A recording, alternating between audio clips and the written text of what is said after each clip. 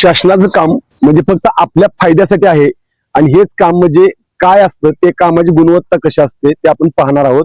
आपला आवाज देण्यासाठी मी संदीप जाटर आपल्यासाठी एक विशेष बातमी घेऊन येत आहे. आपण सध्या बिदाल आणि बोडके रोडला जो हा पूल तयार करण्यात येत आहे, त्या पूल तयार करण्यात असलेल्या कामाच्या ठिकाणी उभे आहोत.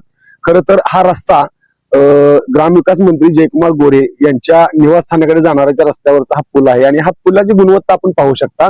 गेल्या अनेक दिवसांपासून या पुलाचं काम चालू होतं आणि हे काम चालू असताना इथं जसं जसं काम व्यवस्थित व्हायला लागलं तसं यांनी पाणी पुरवठा त्या कामाचा बंद केला. आपण पाहू शकता या पुलाचा एक धपला पूर्णपणे निघून गेलेला आहे. त्याची खडे आतली आपल्याला दिसते, त्याला कुठल्याही पद्धतीचं फिनिशिंग नाही. त्याचबरोबर या पुलाच्या तिथून जो एक ओढा आहे, त्या ओढ्याच्या माध्यमातून जे पाणी वाहून जायला पाहिजे होतं, त्या वाहून जाणाऱ्या पाण्यासाठी जी व्यवस्था करण्यात आलेली आहे ती तुम्ही आपण पाहू शकता. खरं तर या पुलाच्या ठिकाणी ही जी पाईप लावलेली आहे, त्या पाईपचे जे पूर्णपणे ते तुकडे आहेत त्या पोत्याचे, ते पोत्याचे तुकडे सुद्धा संबंधित ठेकेदाराच्या कर्मचाऱ्यांनी काढलेले नाहीत. त्याला कोणत्याही प्रकारचं फिनिशिंग नाही. आपण पाहू शकताय अतिशय निकृष्टरित्याचं हे आपल्याला दिसतंय. मग याची गुणवत्ता तपासली जाणार का, किंवा यातून दिवसेंदिवस जे पाणी जाणार आहे ते पाणी पाईप मधून जाणार की त्या बांधकामाच्या आत शिरणार, हे देखील पाहणं सध्या वास्तवाची गरज आहे. त्यानंतर या पुलाचा जो भराव आहे तो आपण बघू शकता, पूर्णपणे भराव उघडा पडलेला आहे. तिथं फक्त दगडांची एक लाईन लावलेली आहे आणि ह्या साईडची जी माती आहे ती तशीच ठेवण्यात आलेली आहे. खरं तर कोणतंही काम करताना त्याची गुणवत्ता अगोदर तपासली पाहिजे आणि हे काम चालू असताना यामध्ये प्रामुख्यानं बांधकाम विभागाचे जे अधिकारी आहेत, त्यांचे जे काही ज्यांच्याकडे ही जबाबदारी असते, त्या अधिकाऱ्यांनी इथं थांबणं गरजेचं असतं. आता पुलाची दुसरी बाजू आपण बघूया. पुलाची सुरुवात होती तो हा पिलर बघूया आपण. हा पिलर ज्या वेळेला बांधकाम करण्यात आला त्यावेळेचा हा त्याचा जो आहे तो पाया वेगळा दिसतोय आणि वरचा पिलर वेगळा दिसतोय. या दोन्ही कामामध्ये काहीतरी साम्य वेगळ्या प्रकारचं दिसतंय.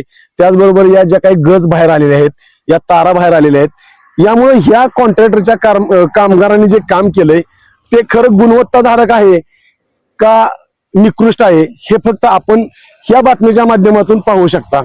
त्यामुळे सध्या जे फिनिशिंग पाहिजे होतं ते फिनिशिंग अजिबात नाहीये.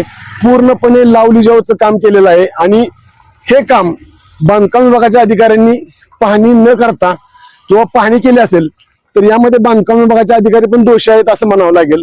खरं तर सातारा जिल्ह्यामध्ये ग्रामविकास मंत्री जयकुमार गोरे यांचा मोठा बोलबाला आहे आणि तोही खरा आहे का. मध्यंतरी त्यांनी दहिवडी नगरपंचायतीत जे काम चाललंय त्या कामाला अचानक भेट दिली आणि त्या भेटीच्या नंतर संबंधित ठेकेदार आले. त्याचबरोबर तिथल्या सगळ्या कामाची पाहणी केल्यानंतर ती जी गुणवत्ता होती ती त्यांनी ते स्पष्ट बोलून दाखवली, कारण हा पैसा शासनाचा आहे.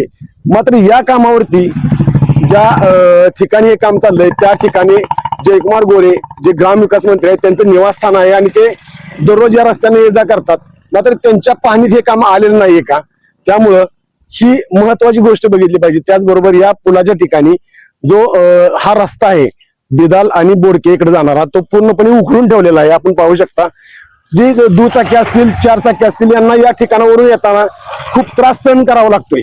खरं तर हे पूर्णपणे दगड वर आलेले आहेत आणि त्यामुळं इथं वारंवार दुचाकीचे वगैरे अपघातही घडल्याचं काही लोकांनी सांगितलेलं आहे. त्यामुळं खरं तर ह्या गोष्टी करताना संबंधित ठेकेदारांना पूर्णपणे काळजी घेणं गरजेचं होतं. मात्र इथं काळजी घेतल्याचं दिसत नाहीये.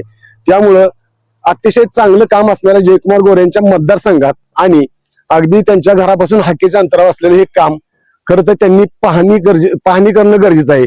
त्याचबरोबर हे काम ज्यांच्या अंतर्गत येतं तो सार्वजनिक बांधकाम विभाग, म्हणजेच ते सार्वजनिक बांधकाम मंत्री शिवेंद्रसिंह राजे भोसले हे सुद्धा याच जिल्ह्यातील आहेत. मात्र हा ठेकेदार जो जानकर नावाचा आहे, तो जानकर नावाचा ठेकेदार या दोघांच्या नावाला काळीमा फासण्याचं काम करत आहे आणि असं म्हणायला हरकत नाही.